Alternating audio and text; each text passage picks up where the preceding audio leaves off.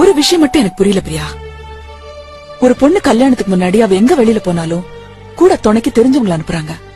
வெளியூர்ல படிக்கணும்னாலும் ஹாஸ்டல்ல தங்க வைக்கலாமா இல்ல தெரிஞ்சவங்க வீட்லயே தங்க வைக்கலாமான்னு யோசிக்கிறாங்க.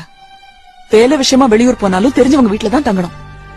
அவ்வளவு ஏன், ஒரு ஷாப்பிங் போனோம்னா, சினிமாக்கு போகணும்னா, கோயிலுக்கு போகணும்னா கூட தெரிஞ்சவங்க கூட மட்டும்தான் அனுப்புவாங்க. ஆனா இந்த கல்யாண விஷயத்துல மட்டும் முன்ன பின்ன தெரியாத யாரோ ஒருத்தர மாப்பிள்ளைன்னு பிக்ஸ் பண்ணி அவன் கூட நீ போயிடுன்னு ஈஸியா அமைச்சிடுறாங்க. நாம புருஷங்கிற பேர்ல புதுசா கிடைச்சவனோட கைய பிடிச்சுக்கிட்டு அக்னிய சுத்தி வந்து திரும்பி பார்த்தா நம்ம பெத்தவங்க கூட பிறந்தவங்க எல்லாரும் எங்கேயோ தூரத்துல ஒரு சின்ன புள்ளியா தெரியறாங்க. அப்பா அம்மா இருந்த மனசுல இப்ப மாமியார் மாமனார வைக்கணும். கூட பிறந்தவங்க இருந்த இடத்துல நாத்தனார் கொழுந்தனார வைக்கணும்.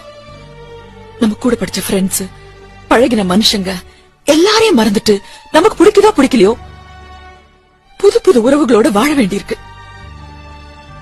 இப்படி பிறந்த வீட்டுல இருக்க உறவுகள் எல்லாத்தையும் தூக்கி எறிஞ்சிட்டு வாழற கல்யாண வாழ்க்கை நமக்கு தேவையான எனக்கு தெரியல.